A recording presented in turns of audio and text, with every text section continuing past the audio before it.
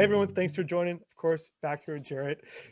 I got a little interesting background. Jarrett, nice to see you. We're gonna talk obviously name change, kind of some of the strategy. Also, grabbed a question that I was seeing online that I thought was great to kind of squeeze in the end. But first things first, Jarrett, how are you?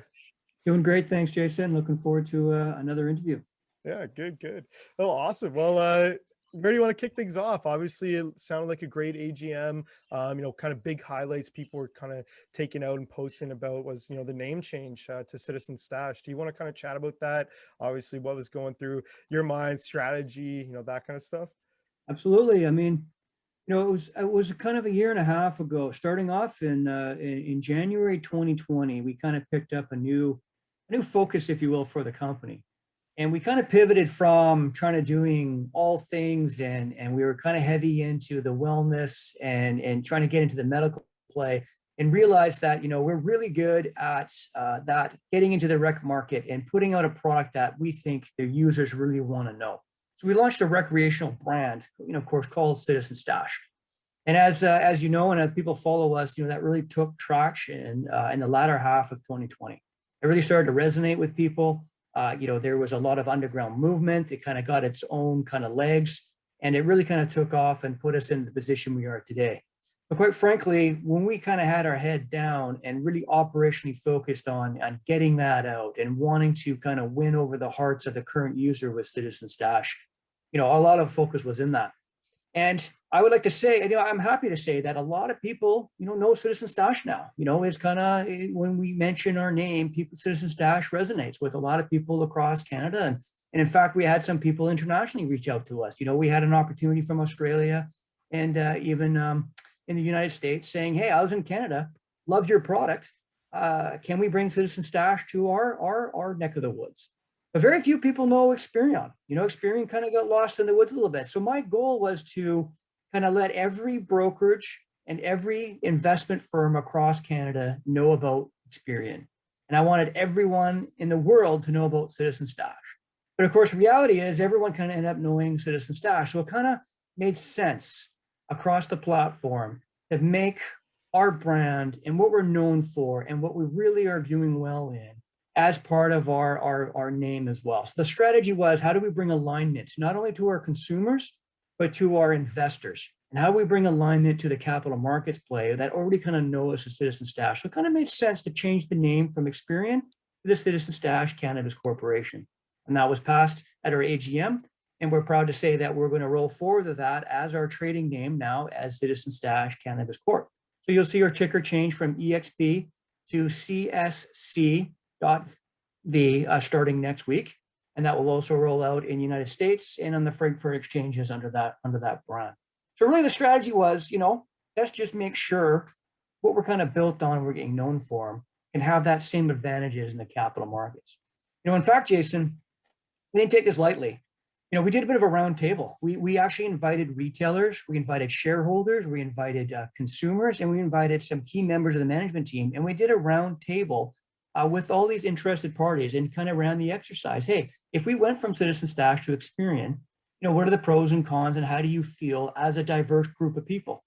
And across the board, everyone said, I would love to see the name change. A, for retailers, because it lets them know exactly who we are. For the bud tenders, they don't know Experian, but they know Citizen Stash. And for the consumer, we ran a bit of a marketing campaign, and we knew that a certain percent of our shareholders are users. We know that users become investors. And so to kind of connect the dots, we thought, crap, we're leaving some opportunity on the table. If someone really likes Citizen Stash, they can directly now connect the dots on how to invest in our company as a Citizen Stash Cannabis Corp. It kind of got lost a little bit with Experian. No offense against Experian. It's a great name. It kind of birthed us. Our license is still under Experian. But for us and making sense going forward, it just really brought that alignment and consistency we were looking for. Yeah, I think it's great. You saw some people saying a lot of the same points you said. Yeah. Obviously you can now make really consumers, investors in a lot of ways as well. Some people are using, I guess call it the comparisons to Johnson and Johnson, and all the products they know. And a lot of people know the products but don't know who owns them. It's the same thing. Mountain Dew, but you don't always know. I think Pepsi owns them or whoever it is. Same kind of idea, right? So I think that's fantastic, a great idea, and awesome. Glad to hear. Anything else name change wise you wanted to Well, kind I of mean, get into? even in California, we did an exercise down there. California is kind of a well-established, cannabis space, and we knew 70 to 75% of the operating investor companies were also their brand. So we knew there was a good link there, and that was kind of like, we always look to other mature markets on how things happen. So it really was kind of that final exercise of, yeah, if California, if 7 to 8 out of 10 companies are operating their brand as their company and investment company, that kind of makes sense for us. And in fact, we've actually seen some traction recently because of it. So I think it's been a really good decision. Yeah. Awesome. Well, cool. Well, obviously, thanks for the kind of strategy, and wanted to kind of leave this video off. Got a cool question here. Would love to get some insight. I know we're probably going to do a deeper video about this going forward, but Sure. someone said, "Hey, Jarrett, congratulations on 6 consecutive quarters with revenue growth in each quarter. Very impressive. How do you see this trend to continue, and what are some of the driving factors?" Yeah, I mean, we've had some good growth over the last 6 quarters, and we do continue to see some good growth happening for us. We kind of quickly opened up markets, and we filled those markets with the product that kind of I think the market was waiting for. So that's kind of the immediate answer of how you kind of get good growth. Growth is you put out a quality product that's kind of in demand, and make sure you can backfill it. So going forward, sure, there's only a certain amount of growth you can do for certain long, and I'm not saying we weren't hampered a little bit by COVID. I think we could have shown maybe better growth if we had a wide open country. But, we do see now, Ontario is still opening not only their provisions and unlocking it for COVID, but they're still adding more and more retailers every week. We still think Ontario is an undertapped market.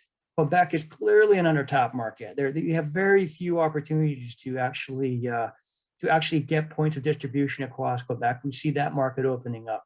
So we just see the actual market itself is going to grow. I've always said it ended at about a $2.5 billion industry at the end of 2020. The industry's annualized to do $4 billion. So the industry itself is a growth industry, and we're actively operating in that growth industry. So we're just going to naturally grow as part of the industry grows. And that is on the legs of Ontario and Quebec and BC, getting those retails up and running and the points of distribution for people to have access to. So we're going to naturally grow within that market. We have 2 other strategies to make sure we continue our growth, because that isn't enough to keep you going.